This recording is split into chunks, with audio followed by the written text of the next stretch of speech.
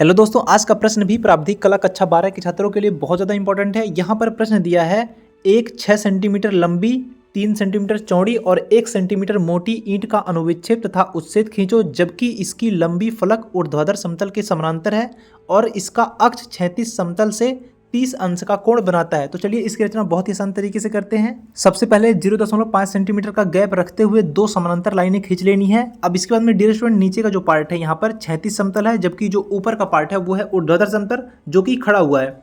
अब यहाँ पर जो एक माचिस की डिब्बी दिखाई जा रही है, हो सकता है परीक्षा में ऐसा ही पूछ ले, माचिस की डिब्बी का अनुविच्छेद तथा उच्छेद खींचना है। तो क्या कर रहा है, ये क्षैतिज समतल से 30 डिग्री का कोण ले रहा है। ईंट भी लगभग ऐसे ही आकृति में रहती है, तो यहाँ पर क्षैतिज समतल पर तो ठीक है।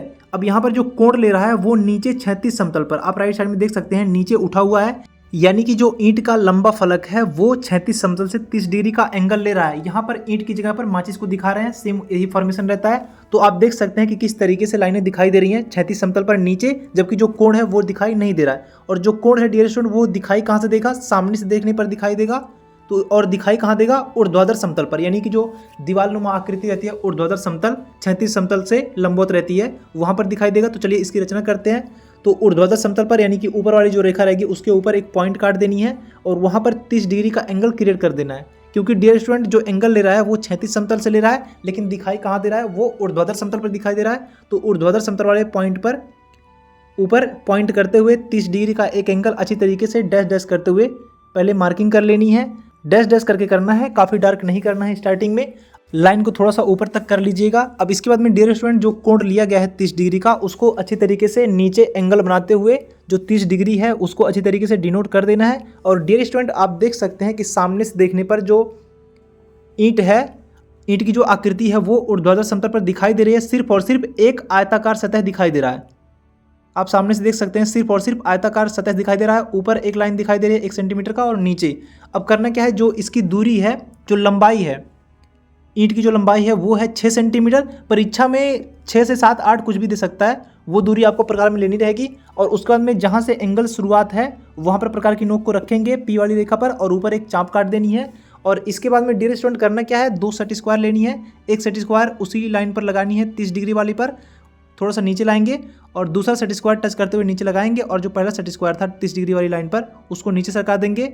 और दूसरा जो सेट स्क्वायर है उसको सरकाते हुए जो पॉइंट था 30 डिग्री का नीचे पॉइंट काटे थे वहाँ पर प्रक्षेप खींच देंगे कम से कम 2 सेंटीमीटर का। और राइट साइड में जो पॉइंट काटा गया है 6 सेंटीमीटर पर, उस पर सरकाते हुए ले जाएंगे और अच्छी तरीके से वहाँ पर भी डैश डैश करते हुए लाइनें खींच देंगे। अब इसके बाद में डियर स्टूडेंट, जो इसकी मोटाई है ईंट की वो है 1 सेंटीमीटर। तो 1 सेंटीमीटर प्रकार में मार्किंग कर लेनी है। और ऊपर जहाँ पर चाप काटा गया है, रेखा खींची गई है, नीचे 30 डिग्री वाले पर लाइन पर रखते हुए ऊपर चाप काट देंगे, ऊपर और नीचे दोनों साइड में, और उसको अच्छी तरीके से डार्क करते हुए मिला लेंगे। तो यहाँ पर आप देख सकते हैं डार्क साइड जो है उसको अच्छी तरीके से मिलाना है डार्क करके। तो एक आयताकार सतह दिखाई देगी सामने से देखने पर, जो कि ईंट की आकृति रहेगी 30 डिग्री के एंगल पे झुकने के बाद। अब सभी पॉइंटों का नामांकन करना है। जैसे कि नीचे का जो पॉइंट है उसका नाम ए डैश, क्योंकि उच्छेद का पार्ट है, और राइट साइड में उसके बी डैश, और उसके ऊपर बी डैश के ऊपर हो जाएगा सी डैश, और जो लेफ्ट साइड में है पॉइंट उसका नाम डी डैश रख दे रहे हैं ए के ऊपर। अब इसके बाद में डियर स्टूडेंट, सभी पॉइंटों पर प्रक्षेप खींचेंगे नीचे की तरफ। उसके लिए एक सेट स्क्वायर टच करते हुए क्यू वाली लाइन पर लगाना है, और दूसरा सेट स्क्वायर टच करते हुए उसके लेफ्ट साइड में लगाना है। और जो पहला सेट स्क्वायर था उसको सरकाते हुए नीचे लानी है, और उसके बाद में जो दूसरा सेट स्क्वायर था उसके ऊपर टच करते हुए लगानी है। डियर स्टूडेंट, यहाँ पर जो ऊपर नामांकन हुआ है उसके पीछे भी कुछ पॉइंट रहेंगे, बाद में नामांकन करेंगे।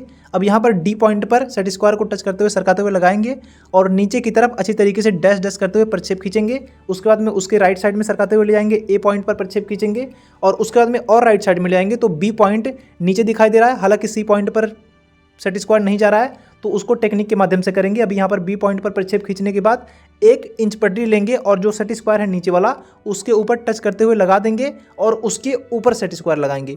अब सरकाते हुए राइट साइड में जब ले जाएंगे तो सी पॉइंट तक पॉइंट मिल जाएगा, तो वहाँ तक नीचे तक उसकी मदद से प्रक्षेप खींच देना है। दिमाग होना चाहिए सेट स्क्वायर को अच्छी तरीके से सेट करने के लिए।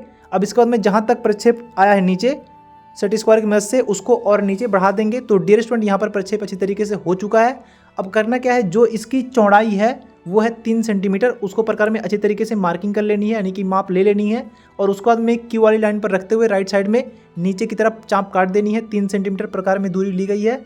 दोनों साइड में चाप काटनी है अच्छे तरीके से, और जो चाप काटे गए हैं नीचे की तरफ दोनों साइड में उनको अच्छी तरीके से डार्क कर लेनी है, क्योंकि ऊपर से देखने पर जो ईंट की आकृति है अच्छी तरीके से दिखाई देगी। अब जो नीचे के पार्ट हैं उनको थोड़ा सा इरेज कर लेंगे और सभी का नामांकन करेंगे।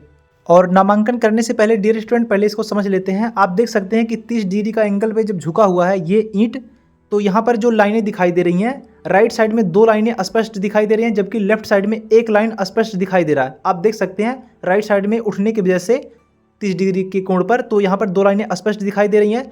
तो राइट साइड की जो लाइनें रहेंगी 2 उनको डार्क करनी है, और जो लेफ्ट साइड की लाइनें हैं 1 लाइन को ही डार्क करनी है, जो सबसे ज़्यादा लेफ्ट में है उसको डार्क करनी है, और जो राइट साइड की 2 लाइनें रहेंगी उन दोनों लाइनों को अच्छी तरीके से डार्क करनी है, क्योंकि ये 2 लाइनें अच्छी तरीके से स्पष्ट रूप से दिखाई दे रही हैं।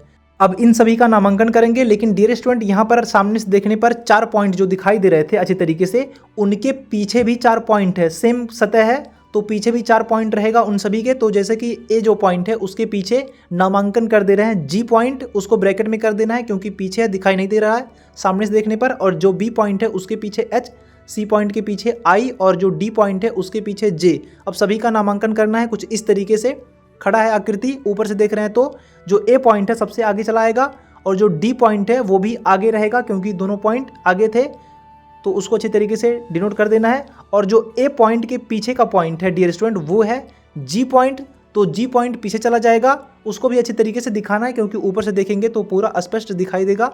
और जो जे पॉइंट है वो भी पीछे ही चला जाएगा अच्छी तरीके से, एक साइड में हो जाएंगे सभी लोग, लेफ्ट साइड में आगे और पीछे। अब जो बी पॉइंट है राइट साइड में सबसे नीचे चला आएगा क्योंकि स्पष्ट रूप से दिखाई दे रहा है, तो बी पॉइंट यहाँ हो जाएगा। और जो सी पॉइंट है उसी वाली परिच्छेद पे जो नीचे खींचा गया वहाँ पर आएगा, और जो एच पॉइंट है वो राइट साइड में चला जाएगा, और जो डी पॉइंट है वो लेफ्ट साइड में अच्छी तरीके से चला जाएगा। तो डियर स्टूडेंट इसको अच्छी तरीके से समझ लीजिएगा वीडियो को ध्यानपूर्वक देख करके। और डियर स्टूडेंट यहाँ पर जो ऊपर का पार्ट है वो है उच्छेद, और जो नीचे का पार्ट बना हुआ है वो है अनुविच्छेद। और डियर स्टूडेंट यहाँ पर जो ईंट की आकृति है बीच में एक चतुर्भुज बनाया जाता है, तो उसको आप बना भी सकते हैं, नहीं भी बना सकते हैं, कोई दिक्कत नहीं है।